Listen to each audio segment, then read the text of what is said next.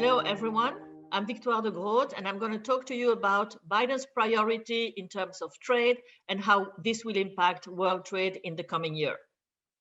So his priority will certainly not be to cancel Trump's policies. He could be even tougher than Trump's policies in terms of protectionism.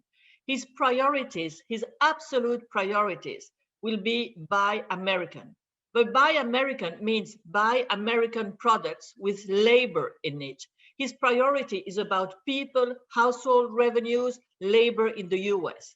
So he will favor any policies that will favor exports and manufacturing in the US. He will also be very keen, and that's his second priority, to enforce the existing trade agreement because he is keen to have clear global legal framework.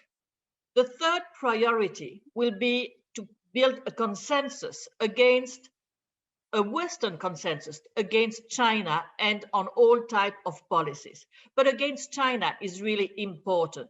He's not going to go for the very erratic way Trump went, but he's going to remain extremely tough, and he wants to have a consensus against principles. I think that he will be less in favor of tariffs than the previous administration. And this administration will go much more for sanctions.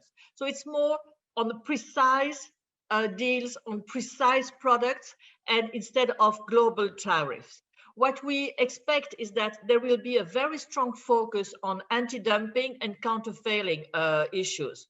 So this is going to be aligned with human rights priorities, democracy priorities, but also environmental priorities, and all what is counterfeiting will certainly be very strictly condemned. And that's back to my point of favoring what's made in the US in terms of including labor in the US. So counterfeiting issues certainly will come at the top. Now, what does it mean per region or per country? On China, I already just mentioned it. Certainly, this administration is going to be very tough. In China, in fact, there are even fears that it's going to be worse because Trump wasn't going for a consensus, while Biden is going to create a Western policy towards China. And that's what doesn't exist yet. This could, for example, be the case for Huawei, where until now we've seen different views, especially in Europe. And Biden is going to try to have a global view and a global rejection of some of Chinese policies. We have to see that during Trump's presidency, in fact, the current account deficit of the US against China has been worsening massively. So it means that for the last 4 years, the US has been importing much more from China than ever, except for the last year, well, for the mid-19, where tariffs have begun to be effective and where China had promised to buy more American products. But if you just look to the part of imports in the US, not imports in China, in fact, the US have been importing more than ever from China. And since the crisis, it's still the case because of medical products and all what is pharmaceutical and paramedical. So the issue there is that it's a trend. It's going to continue. What's for the moment produced in China, as soon as we have a recovery in the US, will still be in demand in the US. So that's why I'm saying more sanctions due to other kind of issues, democracy, environmental, labor issues, and those kind of things to tackle precise sectors. On the EU, the relations with the EU should be facilitated, especially on the car industry. I think that we won't see we had those fears of massive sanctions or tariffs on automobile exports from the EU to the US. We won't see that.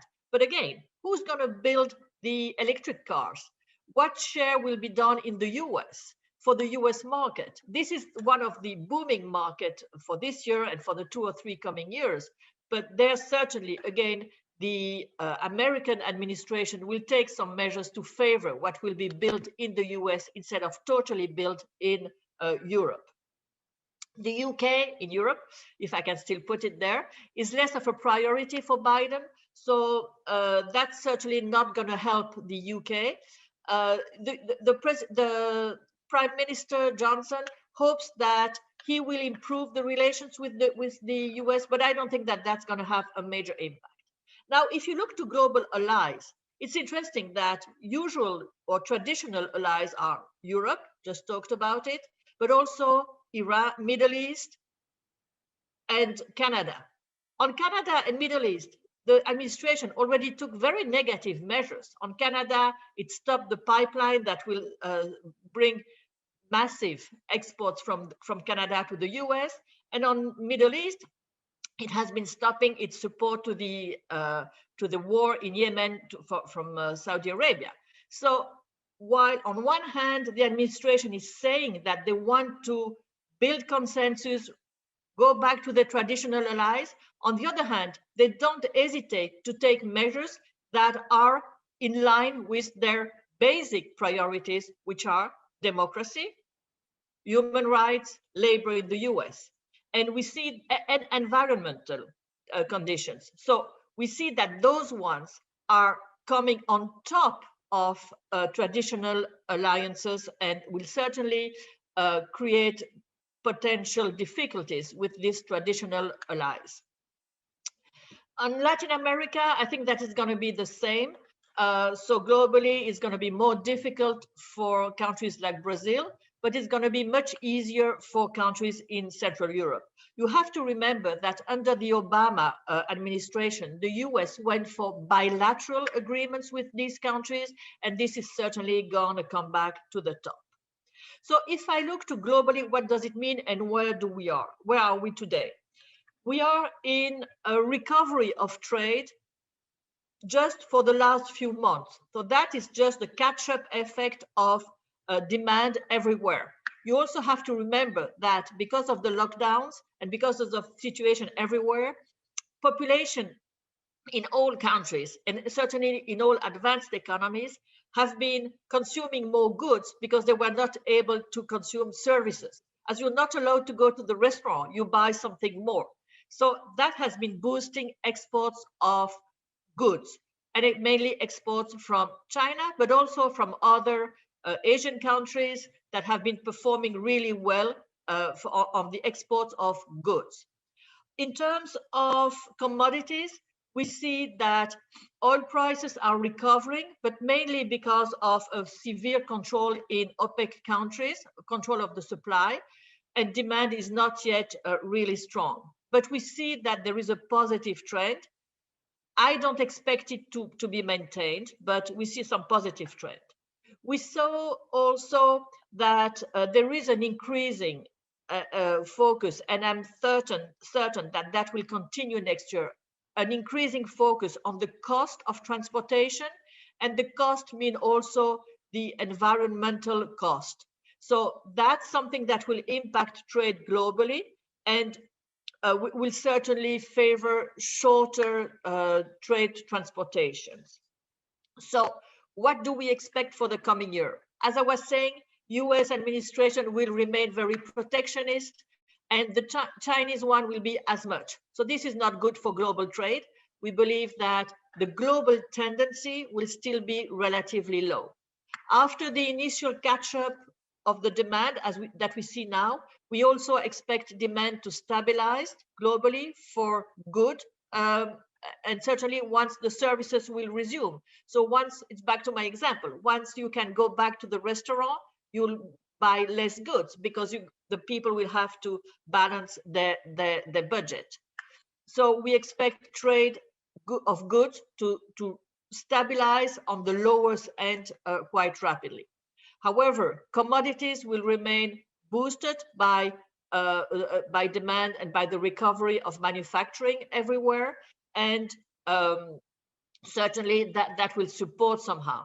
Just a last point on the Baltic Index, because we saw recently that the Baltic Index peaked really massively. So the cost of transportation have been peaking, but that's very temporary. It's really due to some bottlenecks with mainly because trade has been so low for the last year that there are currently bottlenecks due to the resumption simply of transportation. But that should not last, and we don't expect that to continue to impact global trade. So in summary, not a very rosy picture, just quite a negative view, but no massive drop down, a move from a move in the duration of transportation, and certainly protectionism in some specific sectors that favors some specific regions. So some protectionism you have to expect in steel and aluminium, certainly. All what is 5G and all what is high tech will be at the core of the issue. Thank you.